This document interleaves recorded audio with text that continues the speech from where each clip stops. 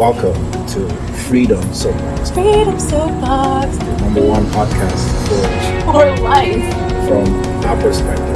Nnamdi. They call me Ashley. It's our take on ally, finance, entrepreneurship, real estate. Psychology, philosophy, our struggles, what's going on in society today, global warming, and of course, what's up with Chuck. Freedom Soapbox, the one podcast for life. Freedom Soapbox. Emancipate yourself from mental slavery.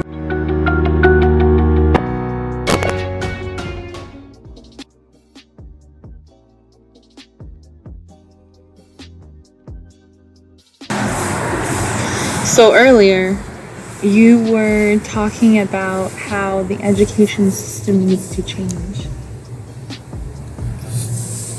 Exactly. So Change dramatically. there needs to be a revolution in the education system, and when I talk about a revolution, I'm talking about a gutting out from the inside out, completely changing the entire thing. First of all, the education system needs to be student specific, individualized, requiring you to be radically for that individual. You need to find out what that individual likes to do, what their strengths are, what they care about, what they don't care about, and then you focus on that strength.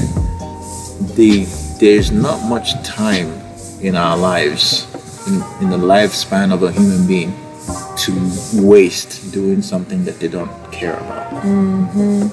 We need to be trying to maximize each individual's potential, and there's so many of us here, Yeah. so when you have these cookie cutter systems that only work that are meant to just force people into a box, that's when you lose people. People fall out of the wayside. That's a power. That's a labor force. That's a human ingenuity that could have been put to good use, but it's completely lost because you're teaching them the wrong thing, or you're trying to force a round peg into a square hole. You're just trying to make them waste their time learning things that they're not actually going to use. Exactly. So that's my point. That's the first part of it. It needs to be radically individualized. The second part of it is way too many institutions are top heavy. What does that mean? The administration is overblown, and they're overpaid as well. You don't have people running schools who actually care about the kids or care about the people. They're just there for the letters behind their names, or the titles, or the power and the money. People get to those positions. They like you to believe it's by merit, but most of them are not merit. We know that. So right there needs to be a system put in place where the only people who float to the top get there by merit, because you have actually done things to further the education experience for the students. Right. Okay. Now, then when you do get there, it's not a lifetime service. Yes, that is so important. I'm so glad that you said that. That's Right? very, very true. It's not a lifetime service. It's not a lifetime appointment. No, it is not. So some people actually need to move out of their position and allow new minds and new ideas to come in. Because otherwise we're going to be stuck in the same place forever. It doesn't mean you did a bad job, but we're moving forward. Times change. Precisely. So, as times change, people change. Yeah. When people change, they should move around or change their environments, find other roles to fill in society. Because the only one constant in life is change. So just because someone got to a position of power or position of authority by merit does not mean that throughout the rest of their lifespan they're going to maintain that merit or maintain those qualifications that got them there. We get old, we lose our Life is dynamic. We're supposed to be moving around and changing. Exactly. So there should Cannot stay in one place forever. there should be term limits. Yes, absolutely. That's the second thing. Boy, I couldn't explain this. At least it's not like in your eyes. The third thing is, this might be specific to the United States because this is what I know about the effects of zoning school districts and on the child's education experience. We found out that there are certain districts or certain zones that get more resources than others. And that's because of the property taxes? I don't know. I think that's the technicalities reason. of it. Yeah, I think it's because certain areas they're gonna have higher.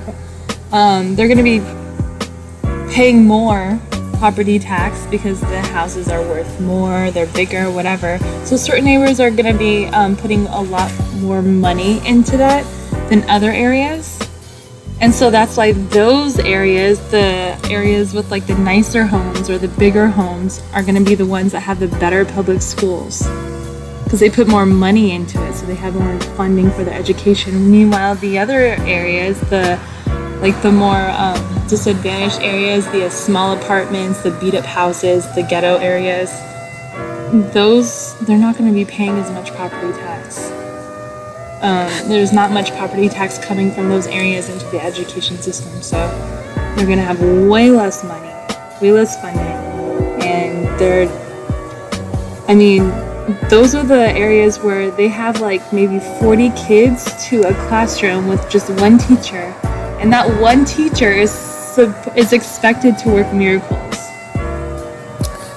Hence, the solution would be to dissociate funding for the education system from property taxes. Why these two things tied together? Why isn't it just you take all the property taxes? Don't just. It needs to be equitable. Right. The disbursement of the funding. This should even be coming from property taxes. Yeah. Education should have its own budget.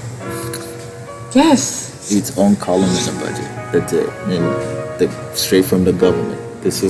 It needs to be a statewide, or actually, no, it should not be state. It should be federal. That's what I'm saying. The federal government needs to be taking care of education, not it should be a line local item. governments. It should be a line item on the federal budget. Yeah. And once they disperse it evenly to every zip code. Yeah. So everyone gets the exact same amount. And if that were the case, all of the wealthy areas would be really, really pushing for, extra funding to education. But see, where the problem lies is people are trying to fund an expensive lifestyle off of taxpayer dollars. It should be the same standard, the same level of funding for everybody. Then if you want private, luxurious, customized, whatever, with bells and whistles, welcome to pay to a private school. Yeah. No one should take that option away. Right. But the base should be completely equal. It should be equal. There shouldn't be any disparities in federal funding for education. And if that were the case, though, if everything is 100% equal, every single school, I guarantee you there would be more people pushing so that the education system has more funding. Like anytime they want to defund schools, people would really, really be against that. But right now, not everyone is against that. It's usually the disadvantaged schools that take the hit whenever they defund things. The nicer neighborhood areas, they don't really see much of a problem. They're not experiencing the issues. Just in my opinion, with as little information I have, I think that education should be a line item on the federal budget, and it should be evenly dispersed to all zip codes with an option for private education, and people can purchase more if they want to. Yeah. The open market should prevail. Yeah, I agree with that. You know, it's like we talk about capitalism like this country is a true capitalism. This country is not a true capitalism. This country is like more socialist than capitalist. Well, it's a quasi market, and we have this like like a little bit of everything mixed into one. So we never really get the full benefits of having a capitalist country or the full benefits of being a socialist country. It's like America wanted to just mix and match all, some things from all the different countries and mesh it all together, and this is what you get. It's kind of a mess. It's like how our healthcare system isn't really even a true system because it's so decentralized. And it's like, on one hand, the government does pay for a lot of healthcare and it does kind of regulate it, but at the same time, it's not an actual centralized system at all. The government does not act as a central governing agency. Yeah. All of the different parts in our healthcare system are completely, it's fragmented. They're not connected, and they make their own rules. They're constantly fighting over, the money in the system because, and it's like no one has more power than the other. Like physicians, health insurance, government. You know what I mean? It's like a bunch of agencies fighting each other. It's like the Congress. It is, and we have a third party system, so I mean, like there's like we can't even have like if it were completely capitalist and we use market justice to completely allocate all the money for our healthcare, or all our healthcare resources. So it was like if it were like a full, real free market, then true competition would actually normalize all the healthcare prices. Because every physician, every nurse, every hospital, they're going to be competing against the next, and they are all going to have to lower their prices so that it's affordable for every normal person to afford their own healthcare.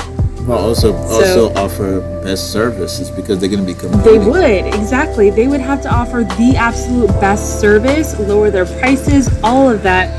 Just because they're competing for everyone else's business, they have to make it affordable and desirable to people, to normal people, the middle class especially. Otherwise, they have no business. So. But I think that they don't necessarily have to adjust their pricing to us, but just like every other commodity, there's gonna be tiers. There's gonna be if you want to pay Gucci left, Exactly, I was gonna say that. Education. Like you have your high-end brands of education, your high-end brand of healthcare, and then you have like your mid-tier level stuff. It's kind of good. It's like Coach, Michael Kors, it's Calvin Klein. It's not. That's exactly. And then you have your Walmart, like your Equate, and Right. No boundaries. In the open market will prevail. Like we'll be able to go to whichever one we want to. Yeah. In this hospital, services like you're not really. But they're cheaper than that one. But then okay, I'm gonna just go to this one because I like the doctor over there. See? Exactly. That's how it should be. Open market. Completely. I mean, either that or you need to go completely socialist and all that. But why America? We're a mixture of everything. So we're trying to have a market, but it's a quasi market because we have so many regulations. The government interferes. We also have this third party system, so it creates some insulation between the physician and the patient. We get health insurance, right, to pay for our health care. We don't care about the prices of anything. We're not going to shop around, and we also do what our doctor tells us. And we don't even get to choose our doctors. Well, we do kind of, but we can choose from a very specific list of doctors because, you know, we have to do what our health insurance tells us to do. The system is not Otherwise, transparent. it's not at all. It's meant to, like, it's a smoke screen. There's a lot going on in the background that the regular patient does not know. You don't know the prices of things. You don't even know what's going on behind. But no one even asks, and no one cares because you're technically being taken care of. You paid the insurance so that they would handle that for you, and you just kind of follow what the insurance and the doctor tells you got to do. Right. And that's healthcare. And that opacity is placed there on purpose. Because I think if we knew how much these procedures actually cost, then we have to force capitalism. The forces of capitalism will immediately take effect, because we'll now start like comparing and, okay, you know what? I think I'm gonna go get my dental work over there because that guy he's cheaper, or I'm gonna just go get my gallbladder removed over here. This hospital is a lot cheaper. You know, the forces of market will take place and you know, smooth it out. It'll force a balance. But because there's all these agencies that keep interfering, got their hand, you know, there's too many hands in the cookie jar. That's why we have the mess. And we allow it, and because the government is there to kind of stop a lot of what capitalism can do. So the government puts like a seal or something, like a form of insulation around everyone, and just allows this whole thing to happen. That's why our healthcare expenditures are so high. It's not sustainable for us. Yeah, exactly. It's too much weight on the country. Way too much. We spend so much time at work that we really shouldn't, because we're paying so much in all these fees. We're paying the insurance companies, we're paying so much for medical procedures, paying so much for food. There are things that should be costing way less. This country is so wealthy, we waste so much stuff, because if we really recycle things, we used our phones longer, used our cars longer, and didn't make so much food that we're throwing it away, things will be a whole lot cheaper. Very cheap. Yes, absolutely. I know that. But they force this scarcity by wasting things and forcing, you know, making it illegal to share food or share used items. So they force this scarcity, and they force this market. It's a fake market, and it exists to keep us enslaved, because we keep trying to chase this thing, chase success. We're chasing success on the metric, and the metrics of measurement are limited to this world, this fake world that we created. Of course, we can never catch up to that success, because it's like a guinea pig in a wheel. They just keep. It doesn't matter how fast he goes. He never stops until he hops off of it. That's what this so-called society, civilization puts human beings in. It's an unending journey till death. Meanwhile, the world, the universe is supposed to be experienced way differently. Right. We're supposed to be communing with Earth, enjoying this place, just chilling. How can we enjoy it when we're stressed out? We have bills, gosh darn it. We're supposed to be chilling. We're not chilling. We're over here. We're not. Sprung up on coffee, trying to turn in a proposal so that you might score a few extra dollars so that you could pay for that vacation that you took last year. and buy this big expensive car that puts you more in debt and enslaved. It's a cartwheel. You see what I'm saying? It's like a rat we're stuck in a rat race. That's what they said it is. Yeah. It's true. It's literal. That's exactly what it is. And that's how we're gonna be. We're gonna keep running around until we die. way to get out is to be born again, to shed this world and live a free life. We should start our own religion. True religion.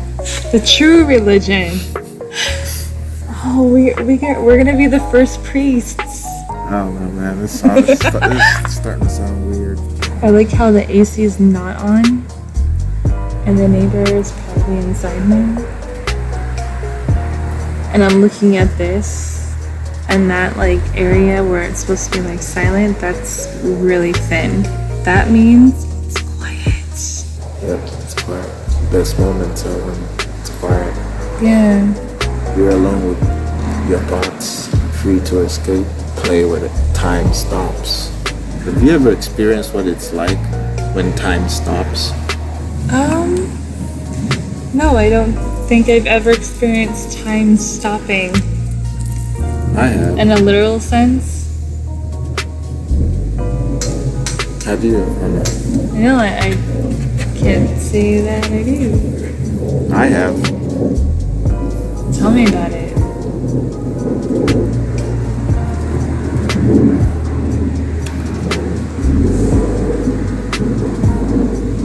Sometimes when you're in a certain place,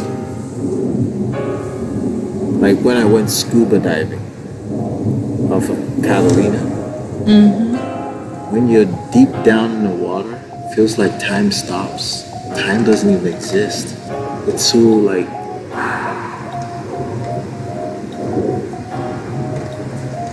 that's all that exists is just that moment.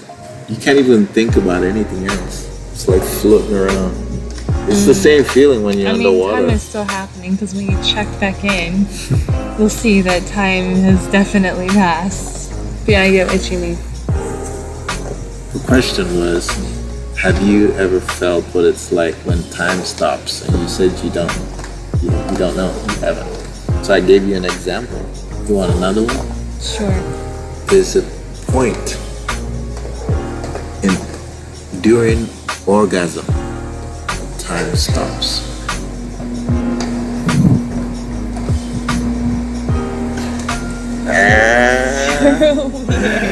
That's so true, huh?